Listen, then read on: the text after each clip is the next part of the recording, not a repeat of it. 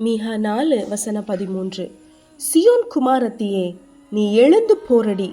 நான் உன் கொம்புகளை இரும்பும் உன் குளம்புகளை வெண்கலமும் ஆக்குவேன். யார் என்ன சொன்னாலும் உடனே அழுதுறீங்களா? உடனே ரியாக்ட் பண்ணிடுறீங்களா?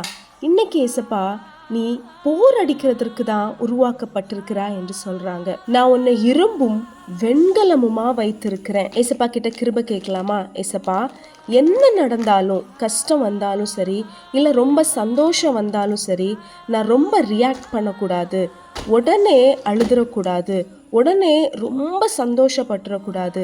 எல்லாவற்றிலையும் ஒரு நிதானமா இருக்க எனக்கு கிருபை தாங்கப்பா. நான் இரும்பா, நான் வெண்கலமா இருக்க எனக்கு உதவி செய்யுங்கப்பான்னு கேட்கலாம். ஏசப்பா உங்களை அப்படி மாற்றுகிறார். இனிமே உங்களை பார்க்குறவங்க எல்லாத்துக்கும் டக்கு டக்குன்னு அழுறவ இப்போ என்ன ஏதோ மாற்றம் தெரியுதேன்னு சொல்ல போறாங்க.